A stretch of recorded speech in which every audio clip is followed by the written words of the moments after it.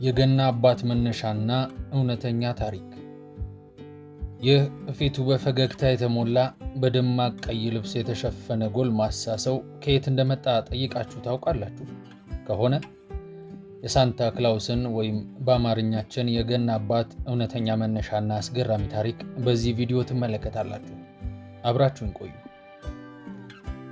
የገና አባትን ስናስብ በተረት በታሪክና በማርኬቲንግ ወይም በንግድ የተሰባጠረ መሰረቱ ከጥንት ቅዱሳን ጀምሮ በዘመናት የክርስትና ልማዶችና በንግዱ ዓለም ምናብ እየተሻሻለና ቅርጹን እየቀየረ የመጣ አስገራሚ የታሪክ ሂደቶችን እንዳለፈ እናያለን። ቅዱስ ኒኮላስ የአራተኛው ክፍለ ዘመን ጳጳስ። ሳንታ ክላውስ የጀመረው በአሁኗ ቱርክ ይኖር ከነበረው የአራተኛው ክፍለ ዘመን የክርስትና ጳጳስ ከቅዱስ ኒኮላስ ነው። የልጆችና የመርከበኞች ቅዱስ ጠባቂ በመባል የሚታወቀው ቅዱስ ኒኮላስ በሚስጥር ለድሆች ስጦታና ምጽዋት በመስጠት እየታወቀ መጣ። በመስኮት በኩል ሳንቲም እንደሚወረውር ወይም ጫማ ውስጥ ገንዘብ እንደሚያስቀምጥ የሚነገረው የቅዱስ ኒኮላስ ተረክ በአሁኑ የገና በዓል ወቅት ለሚከናወነው ስጦታ የመሰጣጣት ልማድ መሰረት ጥሏል። የኒኮላስ የግብዣ ቀን ማለትም ታኅሳስ 6 በአውሮፓ በስፋት ይከበር ነበር። ክርስትና እየተስፋፋ ሲሄድ አብሮም የቅዱስ ኒኮላስ ዕውቅና አብሮ በአውሮፓ በሰፊው ታወቀ። ይህም በየአገሩ የነበሩ ስጦታ እንደሚሰጡ የሚነገርላቸው ቅዱሳንን ታሪክ ፈጠረ። እንደ ጀርመኑ ክራይስት ካይንድ እና እንደ እንግሊዙ የገና አባት ማለት ነው። የደች ሰፋሪዎች በአሜሪካ በተለይ በኒውዮርክ አካባቢ የሰፈሩ የደች ሰዎች የሳንክቴ ክላውስ ልማድና ባህል ወደ አሜሪካ ምድር አመጡ። ይህ ስም ከጊዜ በኋላ የሳንታ ክላውስ በመባል በእንግሊዝኛ ተናጋሪ ሕዝቦች ዘንድ በሰፊው ታወቀ። በ1809 ዋሽንግተን አርቪንግ የተባለው የጥበብ ሰው በሰላ ትችት በሚታወቁት ሥራዎቹ የሳንታ ክላውስን አንዳንድ ገጽታዎች ማካተቱ በአሜሪካ ባህል ውስጥ የገና አባት ምስልና ሐሳብ ስር እንዲሰድ አደረገ። በ1810 ጆን ፒንታርድ የተባለው የኒውዮርኩ የታሪክ ማኅበር የኒኮላስ የራት ክብረ በዓል በማዘጋጀትና አሌክሳንደር አንደርሰን የተባለውን ሰዓሊ የመጀመሪያውን ለአሜሪካውያን የሚሆን የቅዱስ ኒኮላስን ምስል እንዲሠራ አደረገ። ይህ የመጀመሪያው ሳንታ አሁን ከምናውቀው በቀይ ልብስ ከደመቀ ምስል ይልቅ ከጥንት ጊዜ የተለመደውን የጳጳስ ምስል ይመስል ነበር። የቅዱስ ኒኮላስ ጉብኝት በ1823 የታተመው የቅዱስ ኒኮላስ ጉብኝት የተባለው ግጥም መጀመሪያ ላይ ጸሐፊው ሳይታወቅ የነበረ ቢሆንም ከጊዜ በኋላ ክሌመንት ክላርክ የተባለ ሰው እንደጻፈው ታወቀ።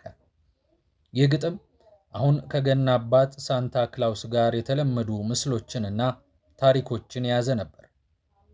ለዚህ ግጥም ውስጠኛው ዋነኛው የገና አባት ተጫዋች ሚስጥራዊ እንዲሁም በድብቅ ለሕፃናት ስጦታ አምጥቶ ሳይታይ የሚሰወር እንደሆነ ተደርጎ የተሳለው ይህ ግጥም በ19ኛው ክፍለ ዘመን የገና በዓል አከባበር ሥነ ሥርዓቶች ላይ ዋነኛ ክፍል ነበር።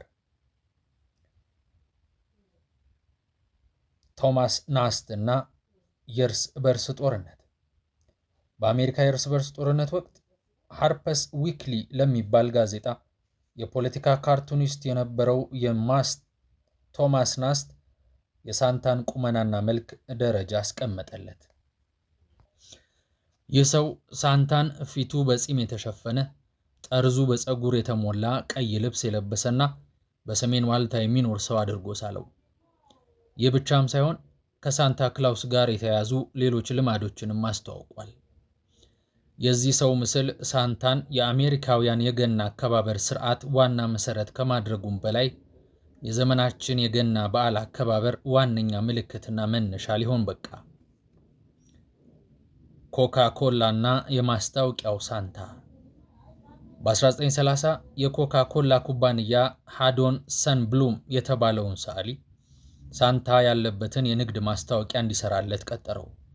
ይህ ምስል ሳንታን ደማቅ ቀይ ጠርዙ በነጭ ፀጉር ያጌጠ ልብስ የለበሰ ፊቱ በፈገግታ የደመቀና ዓይኑ የሚያብረቀርቅ ሰው አድርጎ ሳለው።